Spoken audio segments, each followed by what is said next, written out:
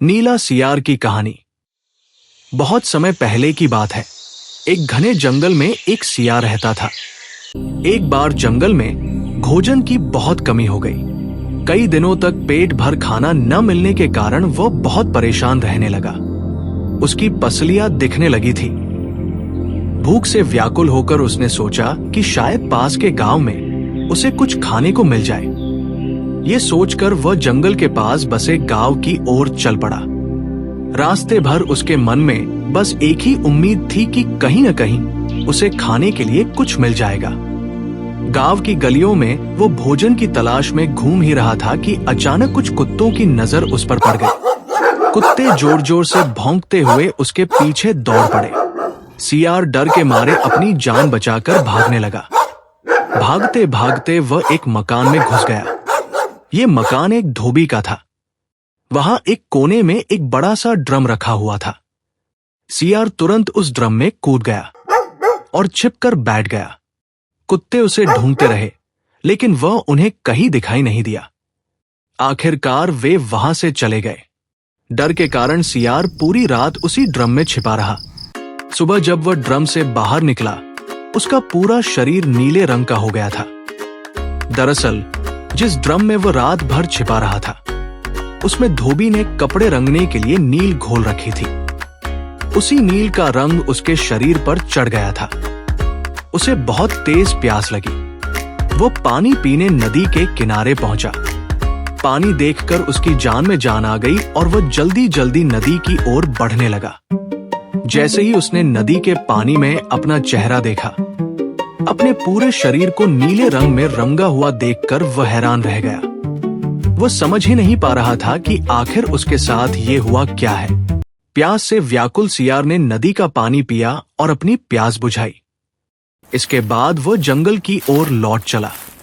रास्ते भर वह इसी सोच में डूबा रहा कि आखिर उसके शरीर पर यह अजीब नीला रंग कैसे चढ़ गया। जंगल में पहुंचते ही सभी जानवर उसे देखकर डर गए। उन्होंने पहले कभी ऐसा नीले रंग का अजीब जानवर नहीं देखा था।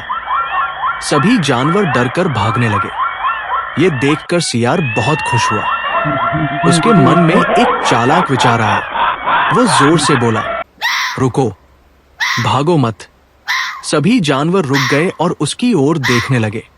सियार पत्थर पर चढ़कर गंभीर आवाज में बोला, मित्रों, मैं कोई साधारण जीव नहीं हूं।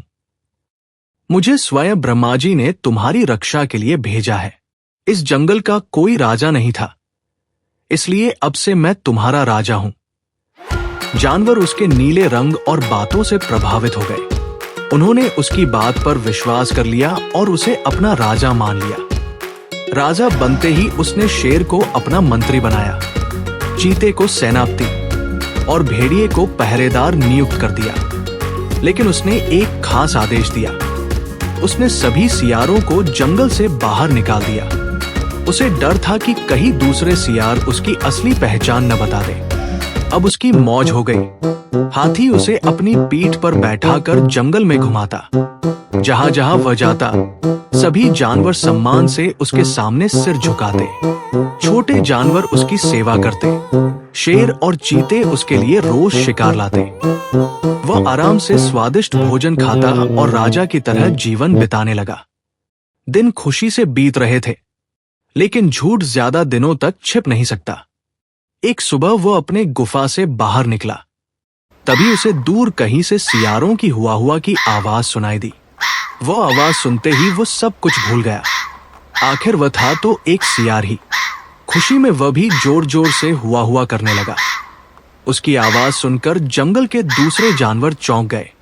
अब उन्हें सच्चाई समझ आ गई। वे जान गए कि ये कोई दिव्य दूत नहीं, बल्कि एक साधारण सियार है, जिसने धोखे से उन्हें मूर्ख बनाया है। सभी जानवर बहुत क्रोधित हो गए।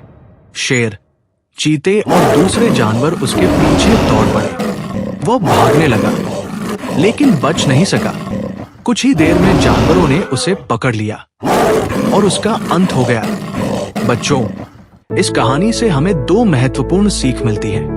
पहली, जो अपने साथियों को छोड़कर स्वार्थ के पीछे भागता है, उसका अंत अच्छा नहीं होता। और दूसरी, झूठ चाहे कितना भी बड़ा क्यों न हो, एक दिन उसकी सच्चाई सबके सामने आ ही जाती है। अगर आपको ये वीडियो अच्छा लगा तो वीडियो को लाइक करें और हमारे चैनल मोरल कहानी वर्ल्ड को सब्सक्राइब जरूर करें।